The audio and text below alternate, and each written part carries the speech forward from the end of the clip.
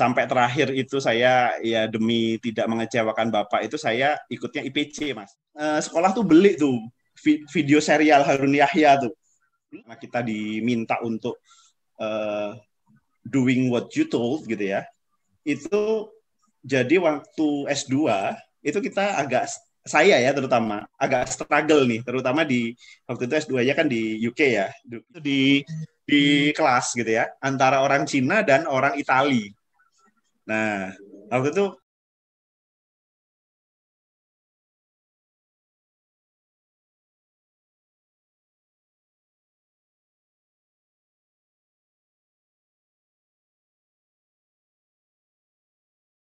jadi waktu itu dalam memilih apa namanya kampus itu sebenarnya ada cerita juga yang mungkin dialami, ya bisa dialami kita semua ya, rekan-rekan mungkin yang ada di sini juga. Jadi saya itu waktu SMA, ya SMA itu saya lebih suka baca buku-buku psikologi populer, Mas Ari. Ya itu karena dari dulu waktu kecilnya kehabisan bacaan kan, kehabisan bacaan. Jadi baca buku-bukunya ayah. Nah, ayah saya tuh punya buku-buku kayak Dale Carnegie gitu ya. Terus bukunya siapa dulu, David J. Schwartz yang Berpikir dan Berjiwa Besar gitu ya. Lalu Napoleon Hill gitu ya. Buku-buku itulah seperti buku psikologi populer lah gitu ya. Nah, saya baca itu juga. Saya baca itu, lalu itu dilanjutkan juga waktu saya SMA. Saya SMA kan udah masuk organisasi ya, masuk OSIS juga, ROHIS juga, dulu namanya BDI, lalu BDI SMU Tugu juga gitu ya. Jadi banyak aktivitas organisasi dan ekstrakurikuler juga. Ekstrakurikuler dulu, ikut banyak itu olahraga, bola, terus apa namanya basket, terus silat juga, sempat ikut pencak silat. Jadi banyak banget dulu aktivitasnya. Jadi banyak banget. Nah, aktivitas itu bikin kecenderungan saya ada salah satu mata pelajaran eksak itu nilainya drop, jatuh nilainya. Nah, sehingga waktu itu kan sebenarnya ayah itu ingin saya itu ke ITB ya. Ayah itu ingin saya itu ke ITB karena beliau itu dulu nggak bisa gitu, nggak bisa masuk ITB, lalu mungkin udah nggak tahu nyoba berapa kali gitu ya dulu. Terus beliau kuliah di UNED waktu itu di Jember, UNED. Akhirnya beliau ingin anaknya itu ada yang kuliah di ITB, sedangkan anaknya cuma dua, saya sama adik kan perempuan ya. Adik perempuan ini biasanya diminta untuk nggak jauh-jauh. Jadi harapannya tuh saya lah gitu ya, ya saya lah. Ternyata di SMA itu saya harus masuk di IPS gitu ya, harus masuk di IPS. Nah, maka akan berat perjuangan ke ITB-nya gitu kan, walaupun sampai terakhir itu saya ya demi tidak mengecewakan Bapak itu saya ikutnya IPC, Mas. Dulu kan ada ya apa nama ilmu pengetahuan campuran ya, C-nya campuran ya. Jadi waktu MPTN saya ikut IPC, tapi ikut IPC dan salah pula bikin prioritas. Jadi prioritas pertama dulu akuntansi Brawijaya, prioritas kedua baru waktu itu ilmu komputer ITB kalau nggak salah gitu ya. Nah ini udah jelas, makanya kebalik. Udah jelas kalau nggak masuk di apa namanya, udah masuk di pilihan pertama ya pilihan kedua nggak usah diperhitungkan gitu kan. Jadi udah kebalik. Nah, satu-satunya peluang gitu ya, mungkin bukan peluang ya, apa cara untuk mengembalikan kepercayaan orang tua waktu itu ya adalah di STAN gitu ya. Waktu itu Bapak sudah menyampaikan juga, kecuali di STAN, saya nggak boleh keluar Malang karena ya mungkin apa namanya ada konsekuensi biaya juga kan. Kalau di STAN kan mungkin kuliah gratis gitu ya, jadi kita hanya biaya hidup aja yang ditanggung. Nah, di sini kebetulan oh ya sudah, berarti sudah ada pilihan juga di STAN. Nah, saya juga selain UMPTN juga saya ikut ujian STAN juga. Nah, waktu itu bareng teman-teman satu grup ya, satu geng. Satu geng ada 2 orang lah, yang 2 pinginnya ke kedokteran kan. Kalau kedokteran ya udah beda kan, mereka nggak nyoba stan gitu kan. Nah, yang di stan ini ada 2 orang, saya sama sahabat saya. Nah, dilalah stan kan pengumuman duluan gitu ya. Nah, pengumuman duluan saya keterima di stan. Nah, sahabat saya yang apa namanya, yang juga ingin nggak keterima waktu itu juga agak ada dilema juga. Gimana waktu kita lihatnya bareng gitu kan, umpel-umpelan. Waktu itu di Arjosari Mas, umpel-umpelan waktu lihat, loh saya ada gitu kan. Wah, terus saya nggak langsung bilang ke dia, tapi saya nyari ininya dia gitu ya, namanya dia. Terus wah kok nggak ada gitu kan. Terus saya bilang ke dia, namamu ada nggak gitu kan. Dia nggak ada juga. Waduh, ya sudah, akhirnya apa namanya, mungkin pulang itu saya dengan perasaan mix up gitu ya, antara seneng dan sedih juga, karena saya tahu kita belajarnya bareng sama temen ini ya, temen ini kita belajarnya bareng, lalu kita juga udah survei kos-kosan gitu ya di sana ya. Tapi dia apa, qadarullah nggak bisa masuk gitu kan. Nah, tapi dia alhamdulillah UMPTN masuk gitu ya, di Brawijaya di Teknik Elektro. Dan sekarang ya udah inilah jadi apa, manajer lah di perusahaan swasta gitu ya. Ya alhamdulillah. Nah itu Mas, kalau tahu stan dari mana, dari ini kayaknya dari apa tuh namanya, kakak sepupu. Nah jadi kakak sepupu ini pertama dia minta diantar untuk ujian stan gitu ya. Diantar untuk ujian stan. Nah, lalu ya udah, karena saya yang tahu Malang kan, dia ujian stannya di Malang. Jadi saya antar nih ujian stan. Nah, terus selang berapa lama saya nanya ke ayah, kakak sepupu apa namanya, jadi nggak ya masuk ke stan? Nggak jadi kayaknya. Oh, kenapa kok ya, kok tahu? Iya, kalau jadi kan nanti Pak Ade potong sapi gitu ya. Loh, kenapa kok harus potong sapi gitu kan? Iya, soalnya di stan itu gini gitu kan. Langsung apa, kedinasan, sekolahnya gratis, langsung jadi PNS gitu kan. Oh, gitu ternyata gitu ya. Nah, waktu ada apa namanya, senior datang, jadi antusias kita nanyanya gitu kan. Nanya jadi antusias terus jadi oh ya udah, ini bisa jadi pilihan apa, salah satu yang pilihan utama lah gitu ya untuk melanjutkan pendidikan gitu mungkin Mas Ari. Oke. Terus ini kalau waktu kuliah ada ini enggak yang paling diingat apa sih kalau waktu pernah di stan itu? Kalau menurut Edo waktu sendiri. kuliah, oh iya, aku lanjutin tadi ya, karena aku punya kebiasaan baca buku itu ya Mas Ari ya. Nah, di kuliah pun masih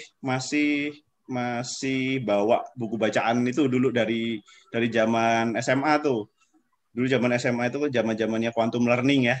Ingat nggak quantum learning, Bobby the Potter, Chicken Soup for the Soul ya kan? Chicken Soup for the Soul, Jack Canfield itu. Gitu kan. Iya, Harun Yahya, bener banget.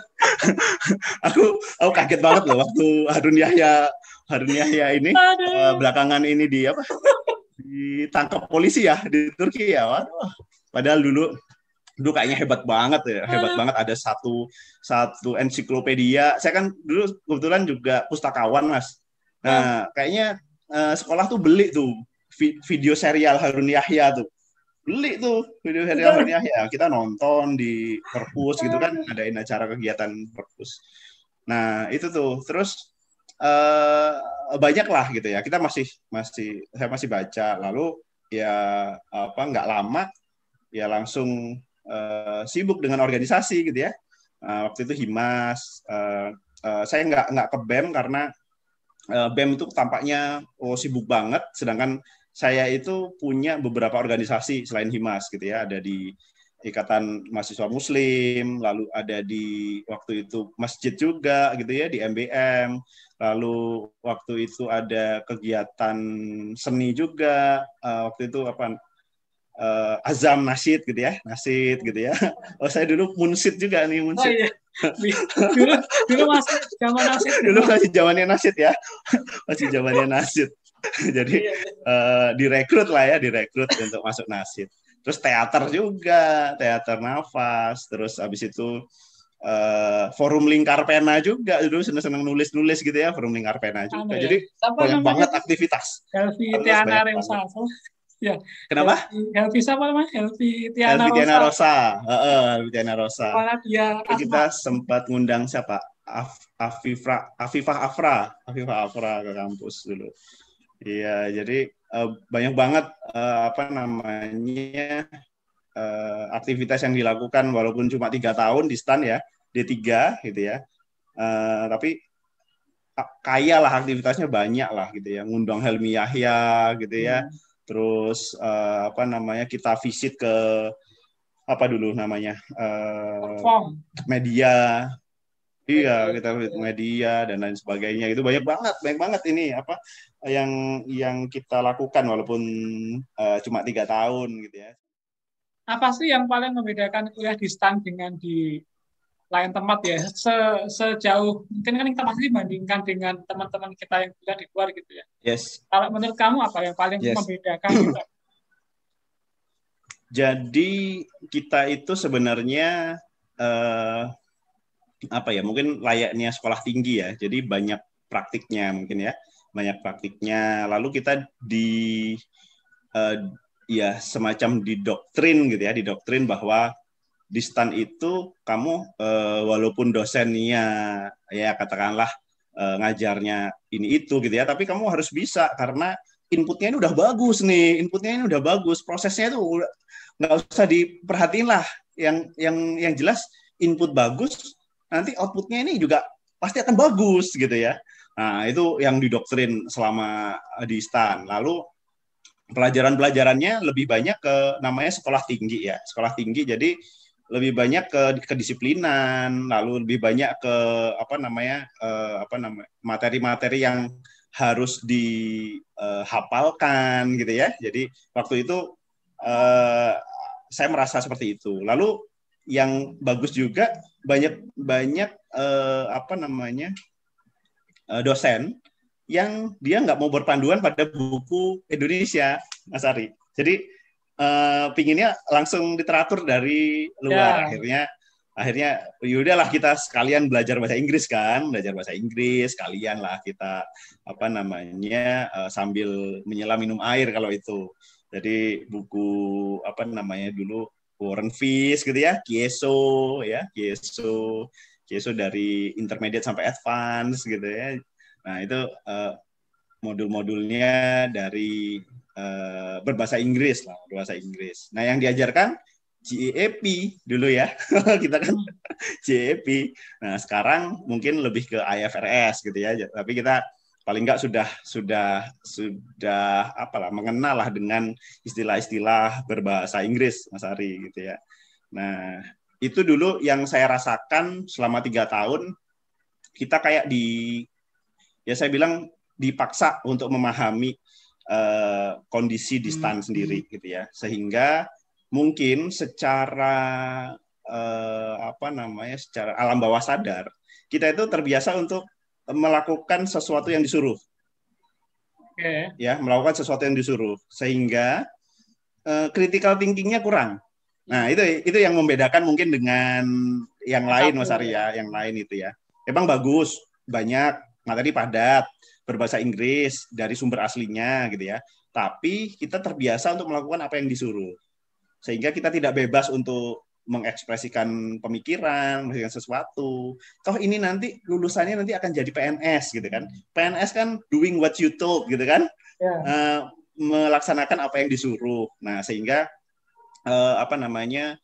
mindset seperti itu yang saya dapatkan di pembelajaran di STAN sendiri. Nah, untuk mengembangkan critical thinking, ya kita mesti nambah dengan ekskul tadi, dengan pembahasan-pembahasan di luar, gitu ya, pembahasan di luar. Nah, sehingga kita bisa lebih kaya. Nah, ini nanti kalau kita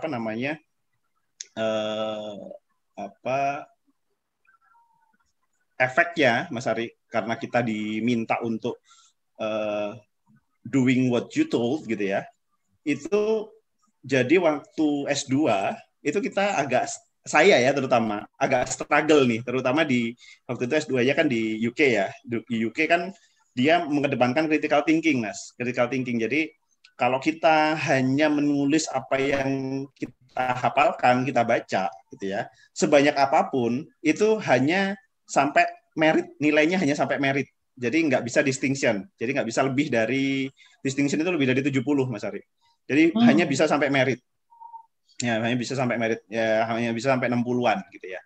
Nah, kalau kita mau distinction itu harus punya critical thinking. Jadi punya pendapat kita sendiri yang bisa kita implementasikan, ekspresikan against teori yang sudah ada gitu ya. Teori yang sudah ada.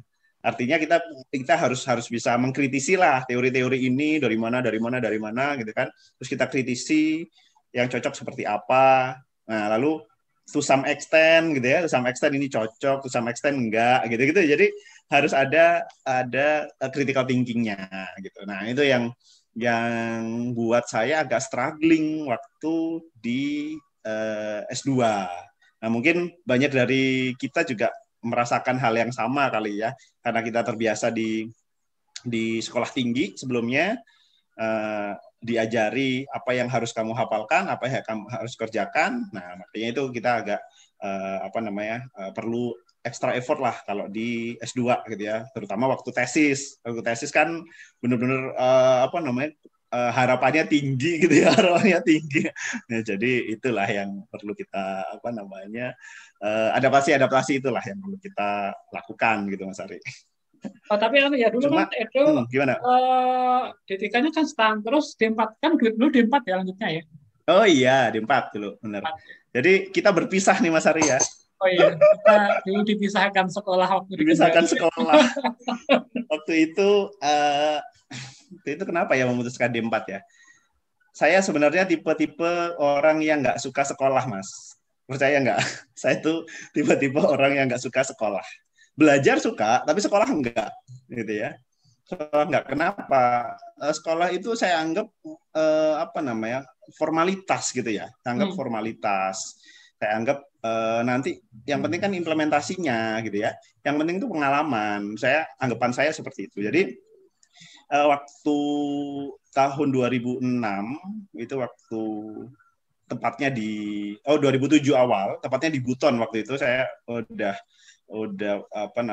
dapat tugas di Buton. Nah, itu saya buat rencana 10 tahun, Mas Ari.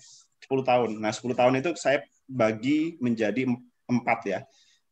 Pendidikan, lalu keluarga, lalu aset, sama satunya lagi karir. Nah, pokoknya saya bagi 4 gitu. Nah, saya ada milestone nih di tahun sekian saya harapannya S1 gitu ya, atau D4 gitu ya. Nah, di tahun sekian saya menikah, di tahun sekian saya punya anak gitu ya. Terus aset ini di tahun sekian saya mulai cicil rumah, di tahun sekian saya mulai ini. Nah, karir juga seperti itu, mengikuti dari pendidikan tadi. Nah, waktu nulis D4 atau S1 gitu ya, waktu itu berpikir kayaknya kalau dari kombinasi keempat ini lebih cepat lebih baik deh gitu ya, lebih cepat lebih baik. Nah, sehingga paling cepat waktu itu adalah D4, karena S1 kan harus nunggu ya Mas Ari, 2 tahun kan kita dulu ya, harus 2 kali gagal D4 ya. 2 tahun lebih ya, minimal 4 tahun lah baru bisa S1 D2. Nah itu minimal 4 tahun, jadi nggak bisa cepet nih gitu kan, paling cepet D4. Ya udah akhirnya saya merencanakan untuk D4. Nah, setelah D4 mau kuliah lagi nggak? Mau gitu kan. Tapi kalau di dalam negeri insentifnya kurang gitu ya. Artinya apa? Di luar negeri kan bisa jalan-jalan gitu ya. Bisa jalan-jalan, ada kultur yang baru gitu ya. Lalu nambah pengalaman juga lah gitu ya.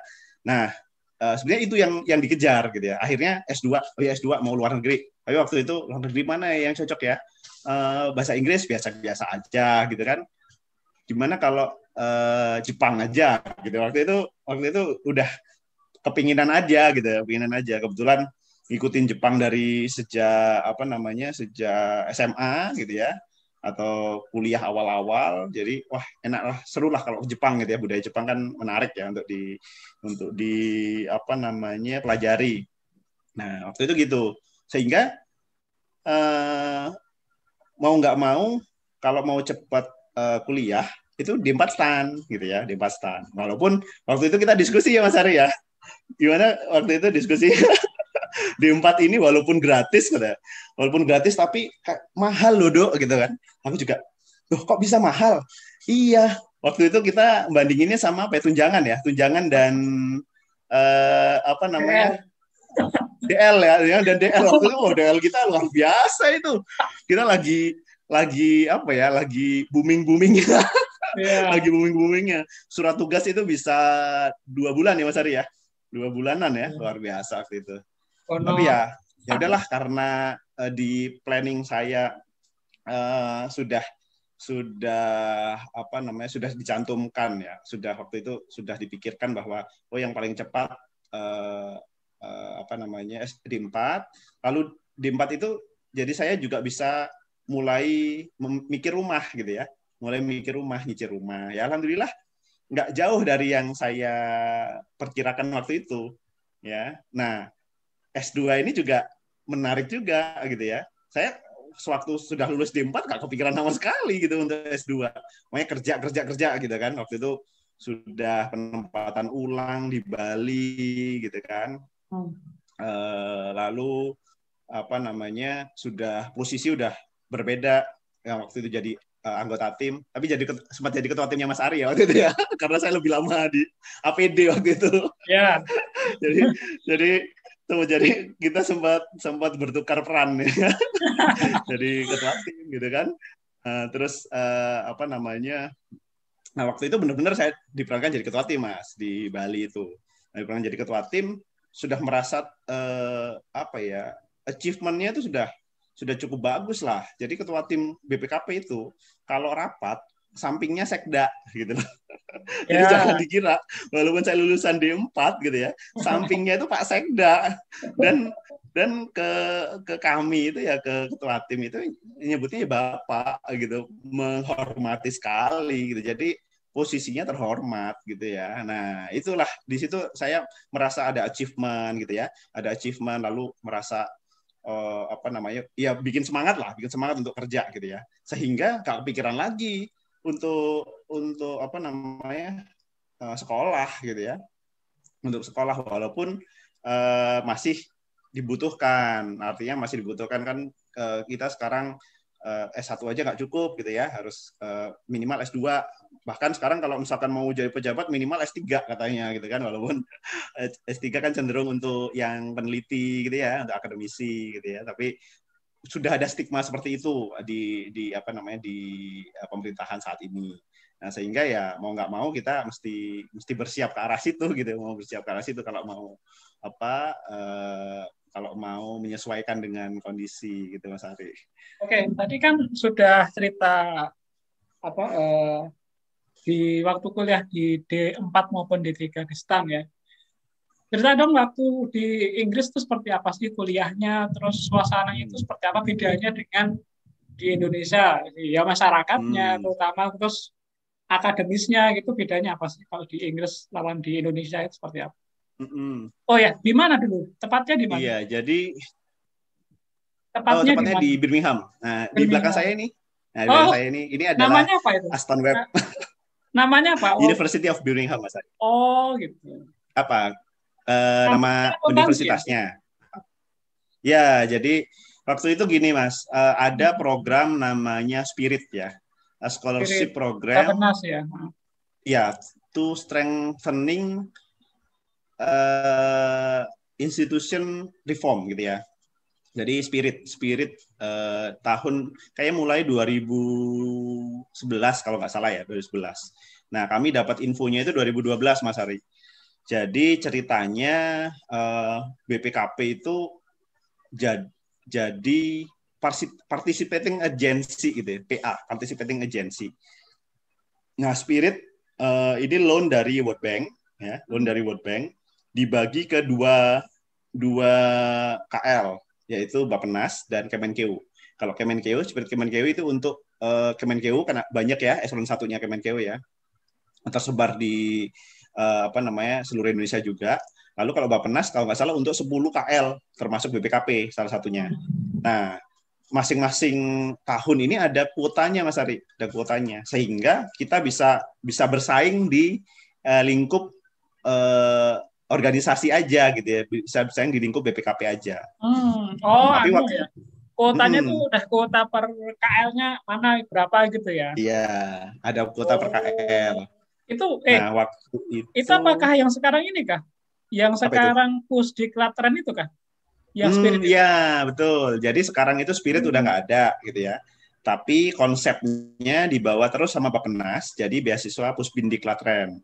Oh ya, Pusbindik ya. Latren Bappenas itu konsepnya mirip-mirip Spirit apa namanya zaman dulu lah. Hanya saja kayaknya yang luar negeri agak terbatas nih karena mereka apa namanya mungkin kerjasama lah, harus kerjasama dengan universitas di luar negeri. Jadi nggak semua bisa masuk. Nah, dulu waktu Spirit dibebaskan Mas, Oh, dibebaskan. bebas. Jadi saya boleh boleh di Eropa, boleh di UK, boleh di Amerika gitu ya. Lalu boleh di Jepang juga. Jadi bebas. Itu modelnya kita apply beasiswa dulu atau kita apply ini dulu, UNEF dulu?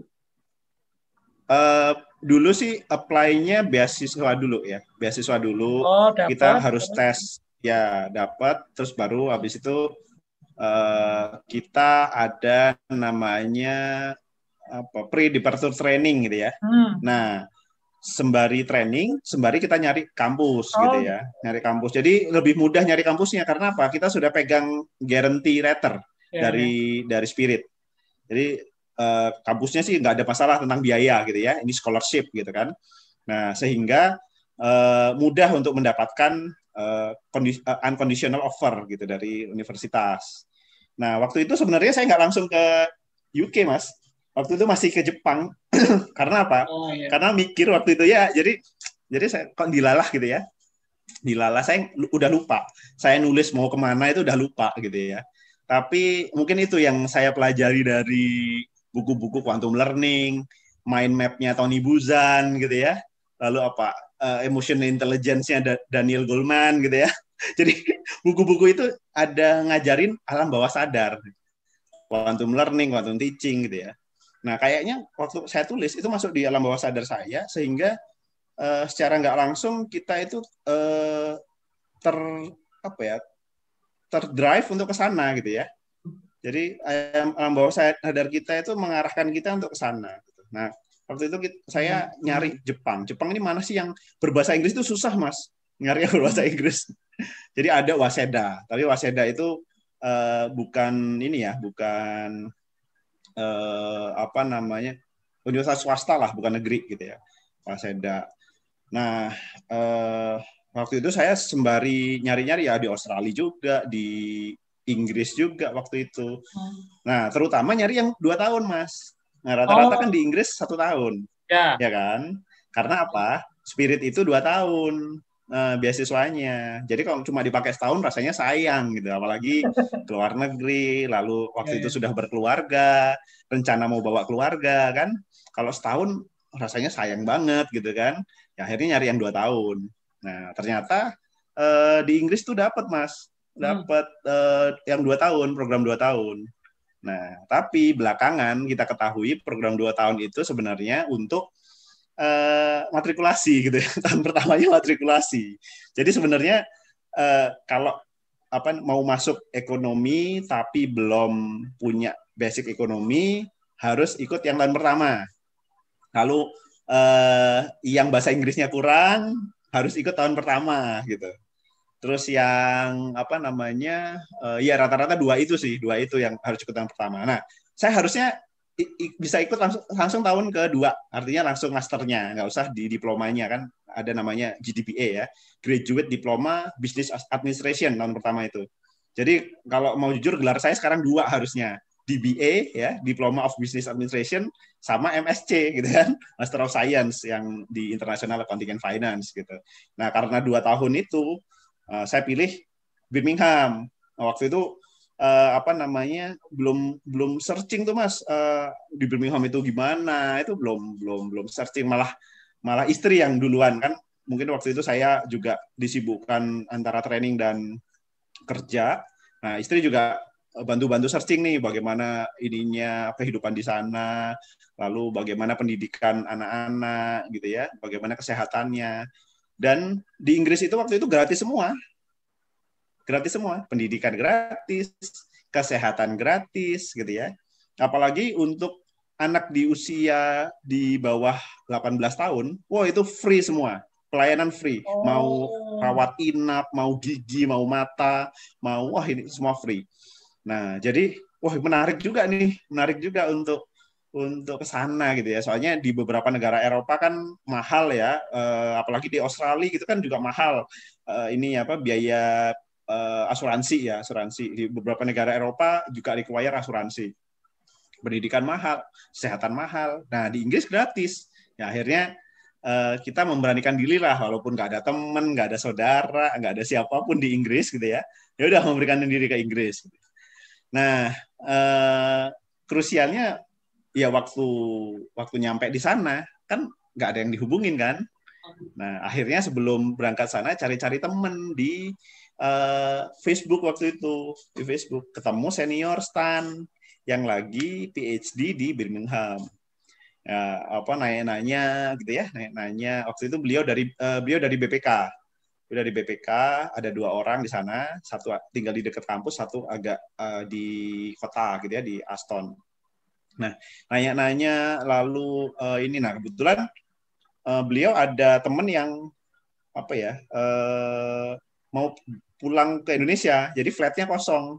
Ya udah akhirnya kami gantiin flatnya gitu ya. Jadi waktu itu nggak ada orang BPKP sama sekali Mas di Inggris, nggak ada orang dari kantor. Jadi saya termasuk yang pertama nyari-nyari kenalan gitu ya. Dan orang Indonesia dulu masih cukup sedikit. oh, Jadi nggak kayak sekarang. sekarang Kalau kan banyak ya. sekarang banyak banget. Birmingham ini jadi tujuan utama apa namanya scholar ya, karya siswa untuk ke sana karena pertama kehidupannya itu cukup apa namanya biayanya cukup murah ya, biayanya cukup murah dibandingkan London mungkin ya. Eh, apa unda-undi lah dengan Manchester gitu, 50-50 lah dengan Manchester. Nah tapi dia suasananya udah suasana kota yang cukup besar gitu ya, cukup besar itu kayak apa ya mungkin kayak Bandung kayak ya, tapi mungkin tidak seramai Bandung ya. Tapi bisa diibaratkan London uh, Birmingham itu kayak Jakarta Bandung gitu. Dan Oh Birmingham itu iya. Jakarta Bandung. Jadi kayak kayak kota dua jam perjalanan gitu ya. Lalu kota besar paling dekat dengan London gitu. Nah, lalu apa namanya Muslimnya juga banyak Mas. Jadi kita Hmm. nggak kesulitan untuk cari makanan halal di sana. Jadi alhamdulillah selama 2 tahun itu kami eh, apa namanya makanan itu selalu terjaga ya, alhamdulillah ya. Jadi apa banyak yang jual makanan halal, terus apa namanya mereka juga apa namanya considerate gitu ya atau toleran sekali mereka terhadap eh, apa umat muslim gitu ya sehingga mereka pisahkan kalau misalkan ada buffet gitu ya mereka pisahkan mana buffet yang halal mana yang non halal seperti itu mereka pisahkan. Lalu budayanya Mas, budayanya di sana itu saya seperti di rumah sendiri gitu ya. Jadi orang Inggris itu ternyata itu juga sama permisifnya sama orang Indonesia, terutama di daerah Jawa, Sunda ya, Jawa, Sunda, Bali gitu kan agak permisif ya, agak permisif apa suasananya gitu ya, orang-orangnya, lalu ewuh-kewuh.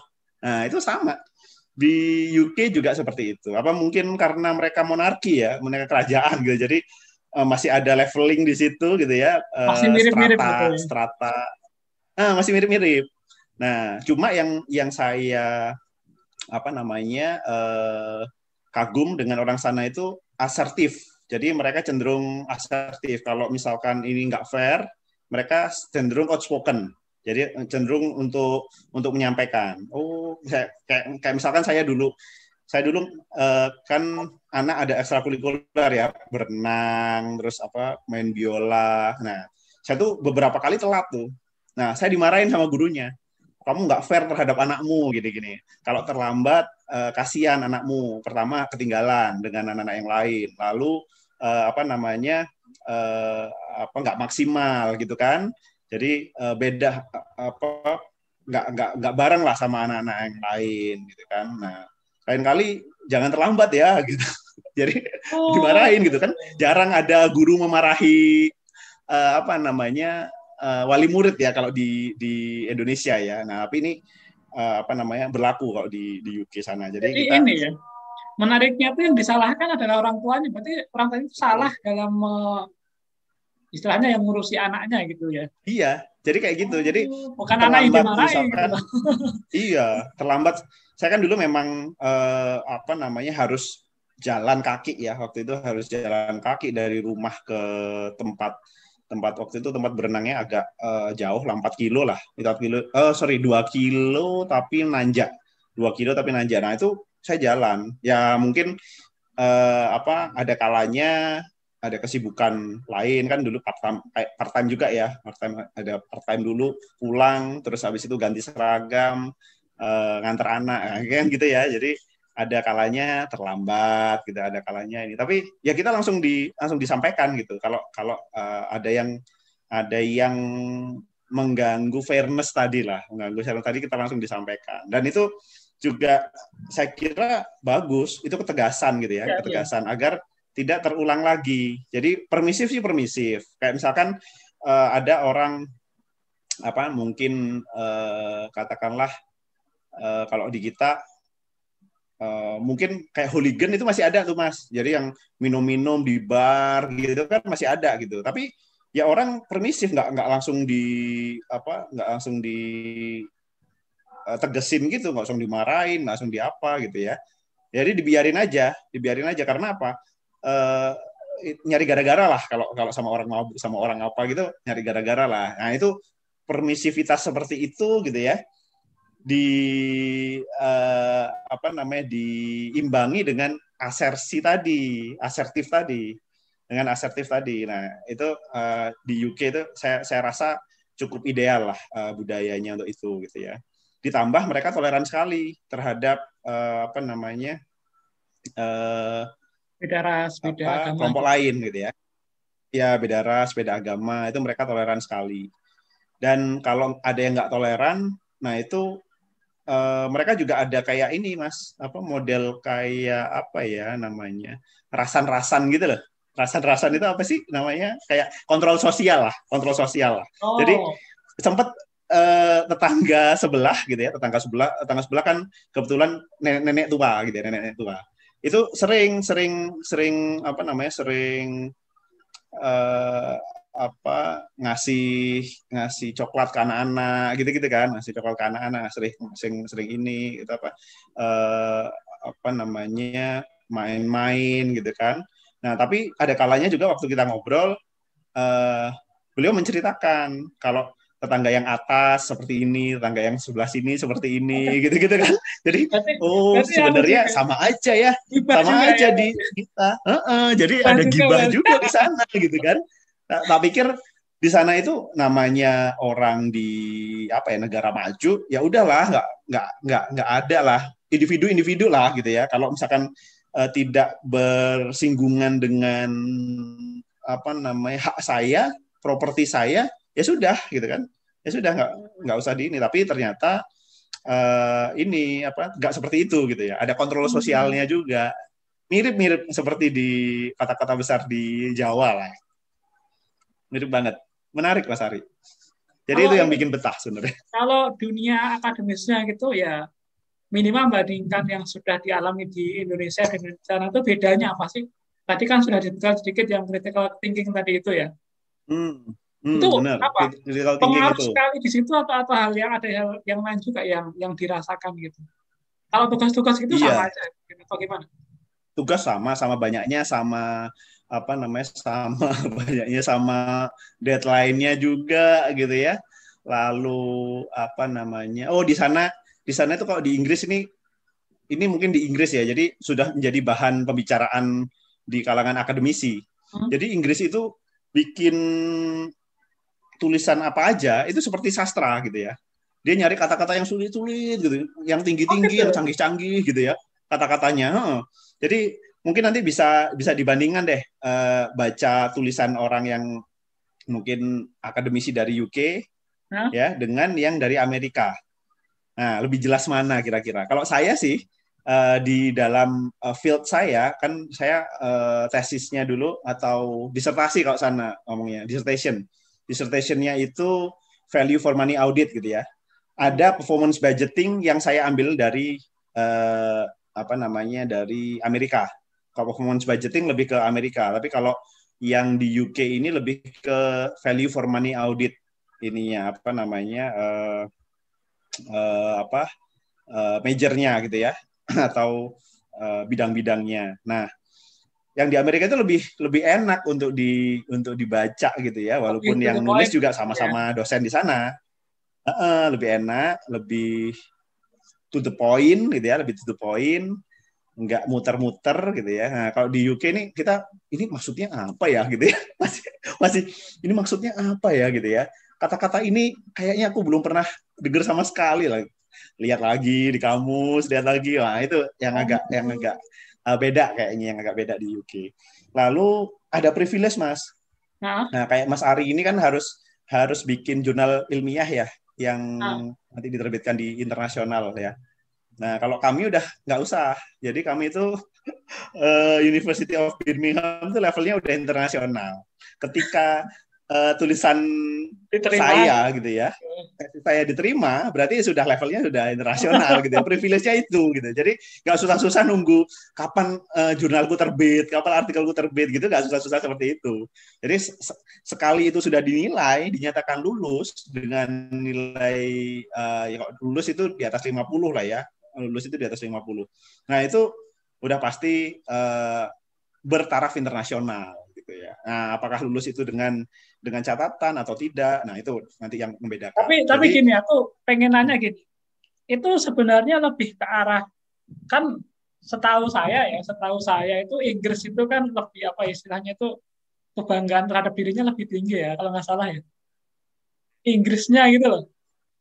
Ya sekarang kan ya ya misalnya ya. mereka berani keluar dari Brexit itu gitu kan, keluar dari Uni Eropa Ya sendiri karena dari merasa Uni Eropa. beda itu dengan Eropa yang lain. Apakah ada faktor seperti itu juga atau mungkin ya memang sudah seperti itu normalnya univ di Eropa gitu atau gimana? Ya mungkin menurut saya ada juga faktor faktor kebanggaannya gitu ya, faktor kebanggaannya juga ada juga. Ya termasuk tadi, tidak perlulah Scopus, tidak perlulah apa terindeks ini kalau kamu sudah masukkan apa namanya, tulisanmu dan sudah di-approve oleh dosen di university, berarti ya kamu sudah tarafnya udah internasional gitu. Udah internasional walaupun saya termasuk yang nggak pakai apa namanya proofreader. Jadi banyak teman-teman pakai proofreader gitu ya. Proofread artinya sebelum dikumpulkan itu harus dicek dulu sama orang lain dan kadang-kadang mereka juga revisi. Jadi kata-katanya kurang canggih lah ini, kasih kata-kata lain gitu ya.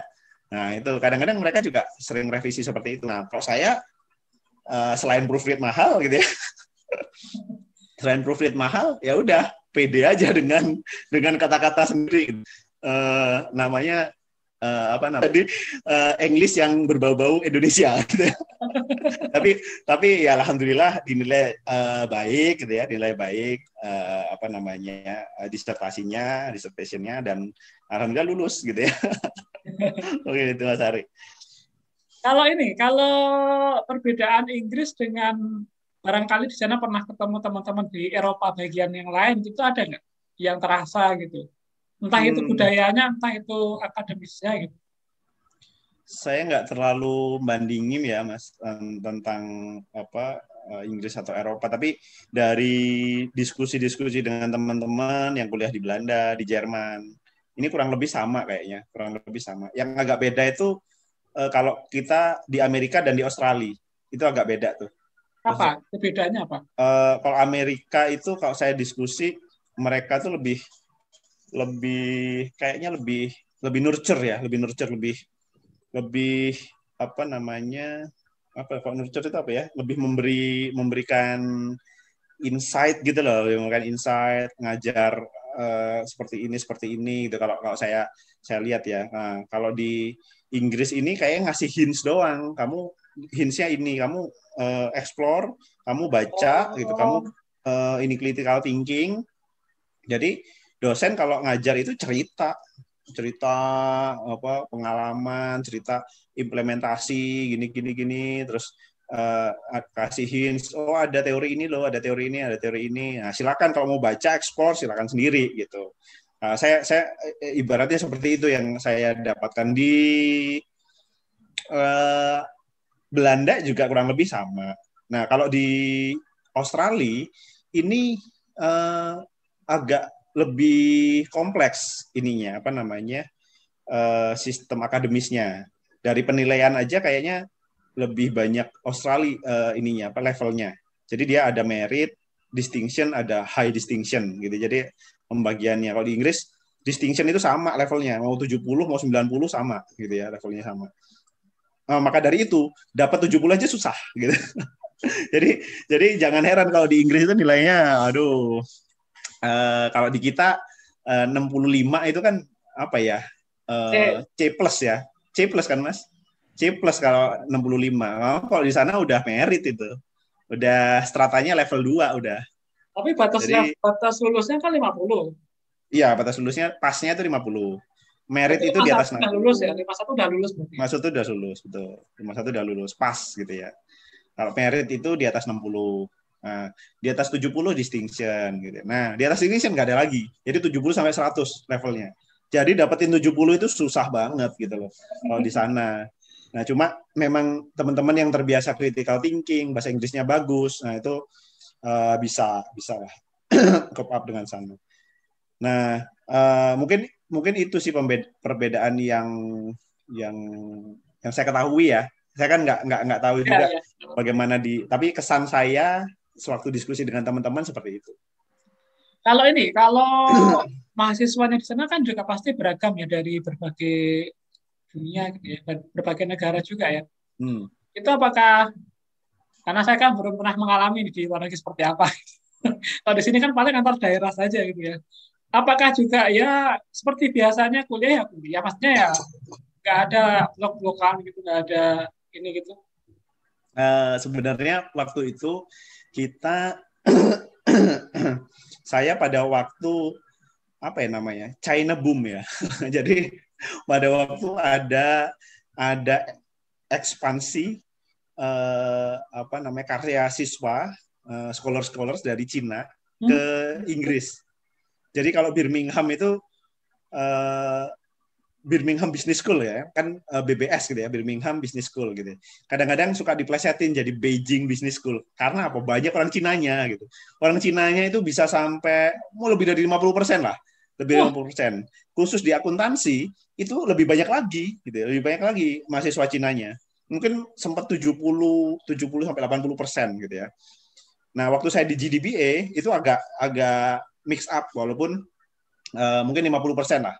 Yang dari Cina sekitar 50%, yang lain ada dari Turki, ada dari apa namanya Rusia, ya ada dari Rusia, lalu ada dari Vietnam gitu ya, ada dari Vietnam, ada dari yang dari luar, dari Inggris sendiri juga ada 3 orang, dari Amerika juga ada gitu ya, dari Amerika juga ada 1 orang. Jadi lebih beragam waktu tahun pertama, waktu tahun kedua, wah lebih banyak Cinanya. Jadi udah 70% tuh. 70% Chinese. Nah, di situ jadi apa ya? Mungkin pergaulannya juga ngeblok juga gitu ya.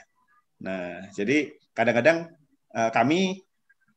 kami bergaulnya dengan yang non Cina nih gitu kan, yang non Cina karena mereka lebih senang untuk diskusi dengan bahasa Cina gitu kan. Kalau di kampus kan lebih ya gimana lah, kalau di stan itu orang dari Jawa lebih senang diskusi dengan bahasa Jawa gitu kan.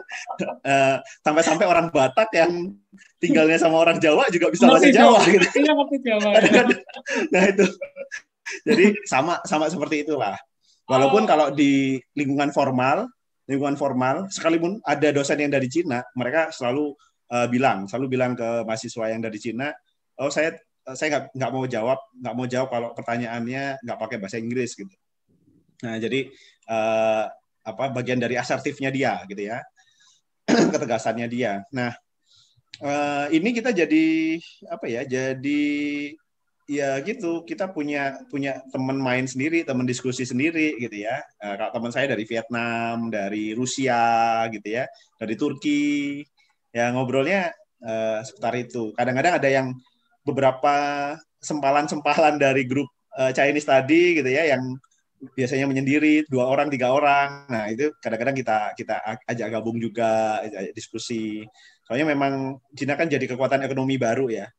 Cina kekuatan ekonomi baru, lalu diskusinya nih kadang-kadang nggak nyambung nih, kadang-kadang nyambung karena mereka punya image orang Eropa itu malas, Oh orang gitu. Cina terlalu rajin. Iya, jadi waktu itu sempat berdebat itu di kelas gitu ya, antara orang Cina dan orang Itali. Nah, waktu itu orang Cina nyampaikan orang Eropa itu malas gitu, lazy, dia bilang lazy gitu.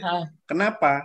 Iya, karena apa? Harusnya dia bisa lebih efisien menggunakan waktu, menggunakan tenaga kerja kayak di Cina gitu loh, gitu ya. Kayak di Cina gitu ya, di Cina. Kita kerja itu katanya mungkin lebih dari 16 jam sehari gitu kan. Wah, 16 jam sehari luar biasa kan di Cina itu kan. Nah, emosi lah orang Itali kan. Orang Itali emosi lah. Untung nggak keluar begini gitu kan. Wah, gitu kan. Nggak keluar begini-begininya. Jadi emosi dia bilang. Dia bilang gini, loh, Cina itu coba kamu itu menghasilkan satu barang nilainya berapa? Coba bandingkan sama orang Itali kalau menghasilkan satu barang walaupun lama, nilainya berapa? Ya kan dibandingkan. Nah, kita itu sebenarnya bukan lazy. Lama itu karena memang yang kita hasilkan berkualitas tinggi gitu. Oh iya. Ini jadi kualitas dengan efisiensi nih. Jadi rame kalau diskusi di kampus tuh. Apalagi latar belakangnya beda-beda kan. Latar belakangnya beda-beda. Rame banget.